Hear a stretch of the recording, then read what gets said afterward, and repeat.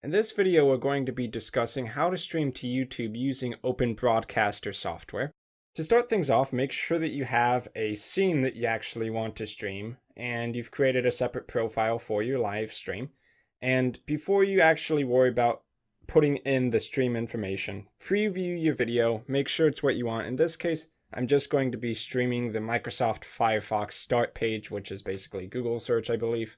Before we start streaming, we gotta go and customize the settings though. We have talked about what most of the settings do in Open Broadcaster software, but we haven't really spent any time to put them into practice. On the Broadcast Settings tab, we're gonna find most of the stuff we need to worry about here. So it's going to be a live stream, and we have to set it to YouTube under streaming service. Primary YouTube ingest server is just fine. And we're going to get the stream key off of the YouTube website. Many times I like to have automatically save stream to file enabled so that whenever I start streaming, it's also creating a recording of the file.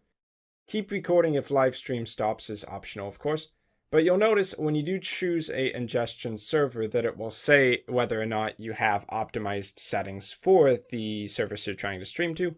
I do recommend in most cases, unless you have a good reason not to, you just hit optimize at the bottom and let OBS kind of correct some of the settings for you. In the encoding tab, we need to decide whether we're going to use constant bitrate, and we do need to set our max bitrate, as seen in the previous video where you can figure out what your max bitrate is.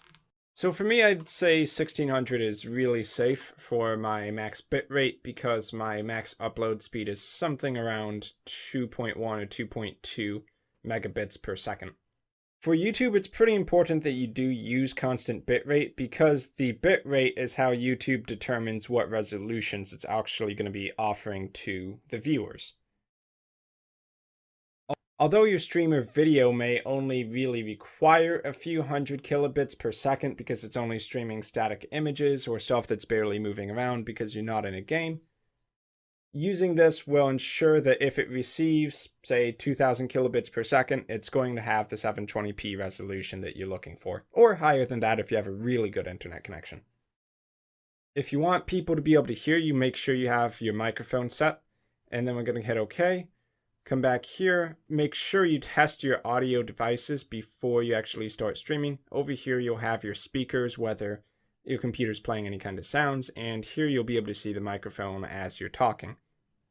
But now before we can actually go and start streaming, we gotta open YouTube up. So I'm gonna pull up the page here for the live dashboard. You get to your live dashboard by going to Creator Studio, which you can get there by clicking the icon in the top right corner of YouTube, and go to the live streaming. This is in beta, this new version of the service, but it's a lot simpler to set up.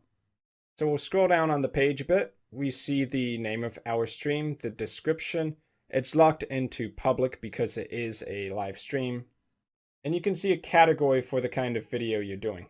But at the bottom, we have the important information. We have the stream key, which is going to be right below here, and the server URL, which is not going to be necessary to set because OBS already has the primary YouTube ingestion server set as one of its settings. So we're going to reveal this and grab the stream key.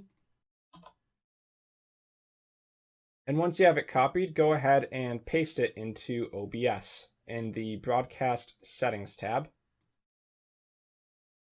Under playpath/stream key, primary YouTube ingestion server is generally what you're going to have here. Hit apply, OK. Stop preview. And now all we need to do for the stream to start and the video to start playing within YouTube is to hit start streaming within OBS. And if everything goes good, you're going to see a green bitrate over here, no dropped frames ideally, and it's going to be saying live and record and the timestamp.